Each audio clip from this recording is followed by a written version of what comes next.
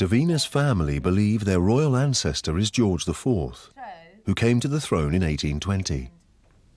So we've got Pippi and Mickey here, and then we've got Lulu and William here. Ancestry. What was your grandmother's name? What's her name again? Gertrude Townend. Gertrude. And then it's Gertrude's mother. She was Charlotte Bedborough. So she is my great-great-great-grandmother. Yes, and I've got this original marriage certificate. And it's from 1851. 51. Frederick Townsend to Charlotte Bedborough. She lived in Upton Park, and James Thomas Bedborough was her father.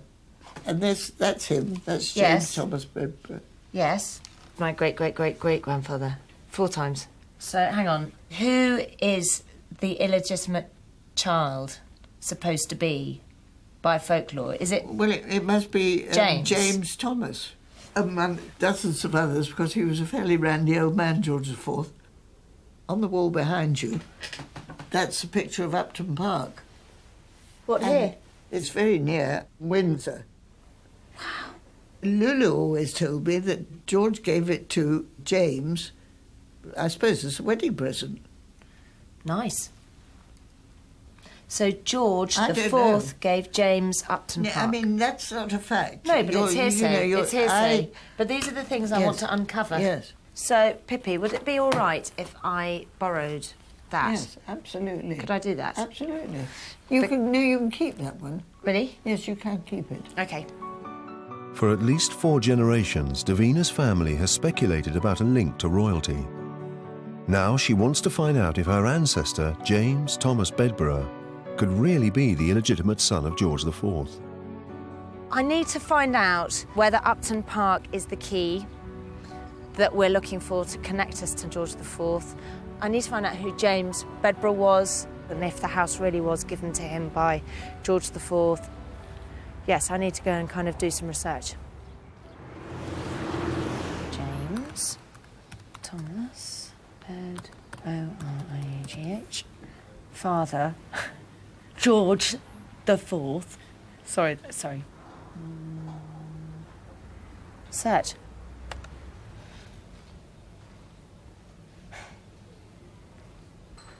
Okay. But it's slightly different spelling. It's quite confusing. 30th of October, 1787, and his father was Thomas Bedborough, and his mother was Mary. Extracted birth or christening record for the locally listed. Source records. So that's Thomas and Mary. I did sort of want to see just illegitimate love child of George IV, as if they're going to put that on the records. But a part of me thought that there'd be some information in here. There's no information. So I need to speak to a genealogist who's going to be able to kind of help me with a bit of digging. Davina's meeting royal genealogist Charles Moseley at the National Archives in Kew. Hi. Hi there.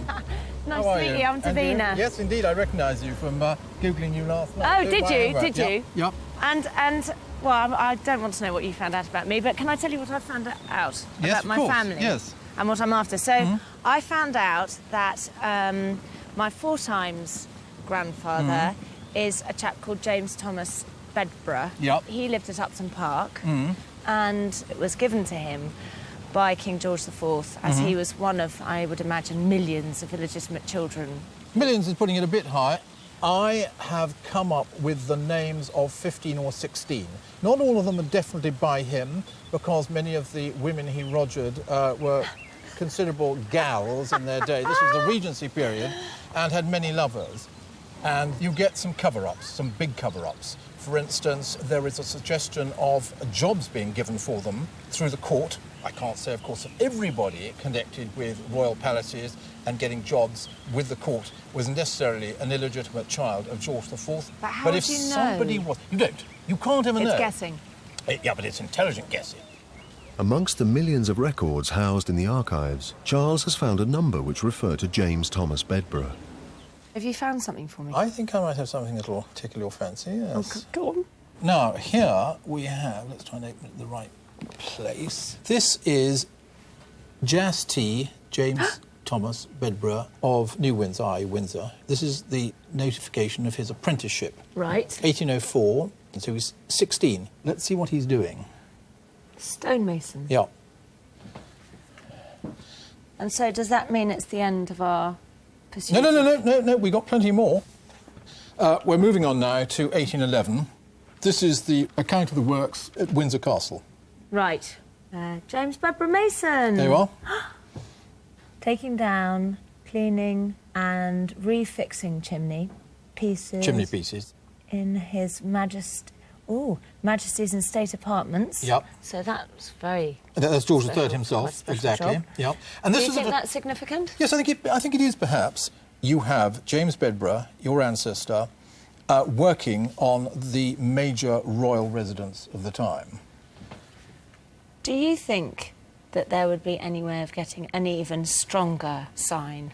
Or is this this is all I'm going to get? What I'd love to do would evidence? be a DNA sample, but digging up George IV would be a major operation. Oh, that's a shame, isn't it? Yes. I love seeing it in print. Yes, he's coming alive, isn't but he? I feel pride. Yes, That's my yes. relative, and it's amazing how... I don't know. Makes you want to take up a chisel. Not that much pride, but Now, enough. The price of stonemasons these days, you might want to try your own hand. Yes, believe me. This is true. Can I show you a portrait? Please do, yes. Because my grandmother has a very dodgy portrait. It's a photo of a portrait. Of a portrait. Of James Thomas Bedborough. I would actually guess with that high collar, I would say perhaps 1830s. He's obviously done well for himself, judging by his good clothing. So clearly something more than just a stonemason. Really? Brilliant. Thank you very much. I think my next step... Am I going to see you again? You can see me anytime you want. But your next step is to go straight down to Windsor. I think so. And say, that was done by my great-great-great-great-grandfather.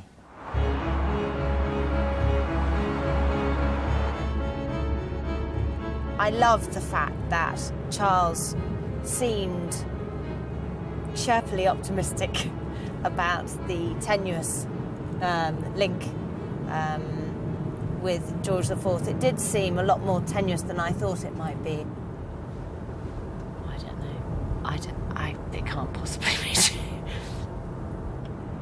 I've been looking at the portrait again, and I can't quite marry the idea of James being a stonemason and looking so exquisitely dapper, and the portrait looking like it's been done by quite a good portrait artist. It's a hard thing to marry up the two people.